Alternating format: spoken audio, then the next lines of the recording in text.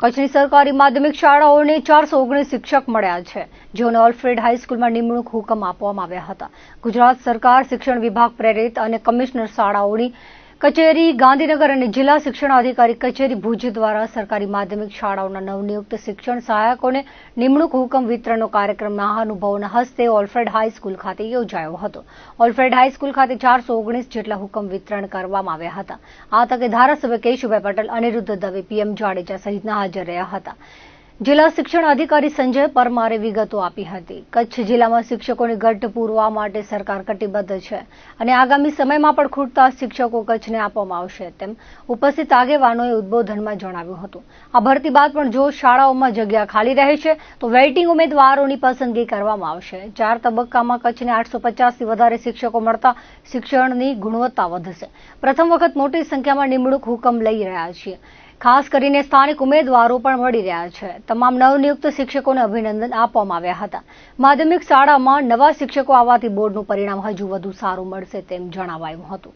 આજરોજ માધ્યમિક વિભાગની આપણે શિક્ષકોની ભરતી આજરોજ રાખવામાં આવેલી છે. ખાસ કરીને શિક્ષણ વિભાગ દ્વારા અગાઉ સરકારી અને જે ગ્રાન્ટેડ એ શાળાઓની માટેની શિક્ષકો માટેની જાહેરાત આપવામાં આવેલી હતી.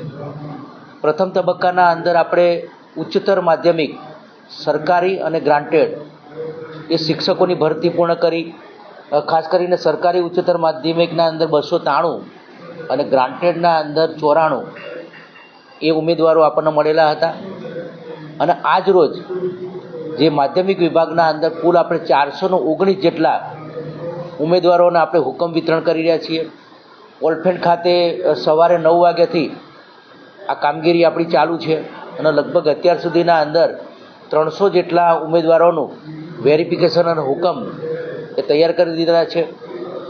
આજના આ હુકમ વિતરણ કાર્યક્રમના અંદર આપણા તમામ ધારાસભ્ય સાહેબનું આપણું આમંત્રણ આપેલું છે. અત્યારે અમારા નગરપાલિકાના ભુજના પ્રમુખ પણ અહીં હાજર છે.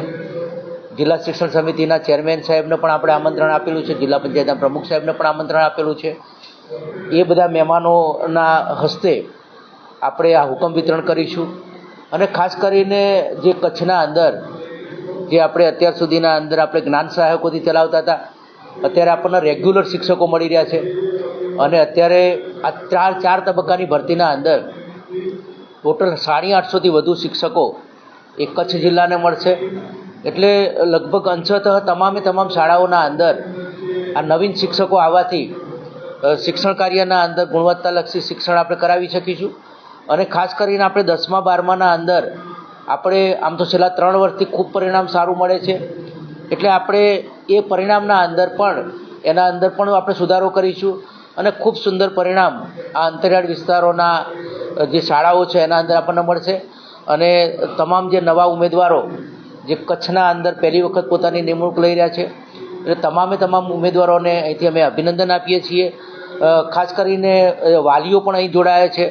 એટલે વાલીઓને પણ પોતાના જે દીકરા દીકરી એને સરસ મજાની અહીં કચ્છના અંદર કાયમી સરકારી એને નોકરી મળી છે, એટલે એ લોકોને પણ અભિનંદન. ખાસ કરીને કચ્છ માટે આ ખૂબ સારા સમાચાર છે કે એના અંદર આપણા લોકલ ઉમેદવારો પણ આપણને આ વખતે મળ્યા છે, એટલે ખૂબ કચ્છ માટે સારી બાબત છે. લગભગ આ ભરતી પૂર્ણ થશે એના પછી તમામ જગ્યાઓ ભરાઈ જશે. કદાચ કોઈ ઉમેદવાર ગેરહાજર રહેશે તો એ સંજોગોના અંદર વેઇટિંગના અંદરથી આપણે નિમણૂક આપી અને આ ઘટ પૂર્ણ કરીશું. વચ્ચે કોઈ ખાલી જગ્યા પડશે તો આપણા ત્યાં જ્ઞાન સહાયકોનું મેરિટ યાદી આપણી જોડે તૈયાર છે. એટલે એવી શાળાના અંદર કોઈ રજા ઉપર જશે એ સંજોગોના અંદર આપણે જ્ઞાન સહાયકથી નિમણૂક કરીશું અને તમામ જગ્યાઓ આપણી પૂર્ણ થશે. એક તો છેવાડાનો વિસ્તાર છે, કદાચ સાક્ષરતા દર નીચું હશે, પણ એ સાક્ષરતા દરને ઊંચું વધારવા માટે મારા ખૂબ સારા પ્રયત્ન હશે અને દરેક વિદ્યાર્થી પોતાનું ઉજળું ભવિષ્ય મેળવી શકે એના બનતા પ્રયત્નો અમે આ શિક્ષણ સેવાની અંદર કરવા માંગીએ છીએ. મારો મુખ્ય વિષય ગણિત છે અને સાથે વિજ્ઞાન પણ. તો ગણિતની અંદર જે બાળકોને અઘરો લાગતો વિષય છે તો એને હું મારા બનતા પ્રયત્ન કરીશ કે એ ગણિત વિષય મનગમતો બની જશે. મારા જે ગુરુજનોએ શીખવાડ્યું છે એ દરેક જે મૂલ્યો છે, જે સિદ્ધાંતો છે, એ દરેક મૂલ્યો અને સિદ્ધાંતો અને શિસ્ત, ખાસ કરીને શિક્ષણની અંદર શિસ્ત બહુ અગત્યની બાબત છે, તો એ હું દરેક વિદ્યાર્થીને સિંચન કરવા ઈચ્છું છું.